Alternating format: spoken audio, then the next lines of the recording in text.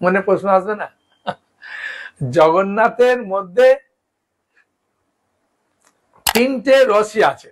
যেমন রামচন্দ্রের মধ্যে যে ঐশ্বর্য রস, ভগবান কৃষ্ণের মধ্যে যে মাধুর্য রস, আর চৈতন্য মহাপুর যে ঔদার্য রস, এই ঐশ্বর্য রস, মাধুর্য রস এবং ঔদার্য রস, তিনটে রসই জগন্নাথের মধ্যে বিদ্যমান। ওই জন্য জগন্নাথ সবাইকে খুব আকৃষ্ট করে।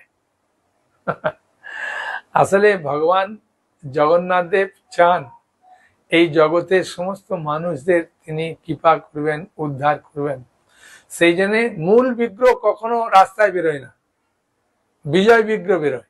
এই জগন্নাথ স্বয়ং মূল বিগ্রহ বাইরে বেরিয়ে আসে জগৎবাসী কৃপা করার জন্য। হ্যাঁ, আর এই জগন্নাথের রথযাত্রা দেখুন কেউ কোনো নেমন্তন্ন করে না। জগন্নাথ পুরীতেও করে না, কেউ করে না। আপনা থেকে জগন্নাথ চলে আসে রথ দেখতে। কেন না, জগন্নাথ সবাইকে কৃপা করে প্রসাদ দেয়। হ্যাঁ, জগন্নাথ যেমন তিনি প্রসাদ ভোগ গ্রহণ করতে ভালোবাসেন, আর ভোগ গ্রহণ করার পরে ভগবান যেটা গ্রহণ করেন সেটা ভোগ গ্রহণ করার পরে যেটা ভগবান আমাদেরকে ফিরিয়ে দেন ওটা হচ্ছে প্রসাদ। সে জগন্নাথ দেব খুব প্রসাদ দেন।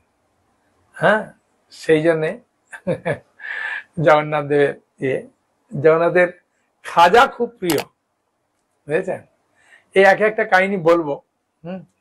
জগন্নাথ দেব তিনি এই জগতের মানুষকে কৃপা করার জন্য যেমন ভাবে তিনি আসেন।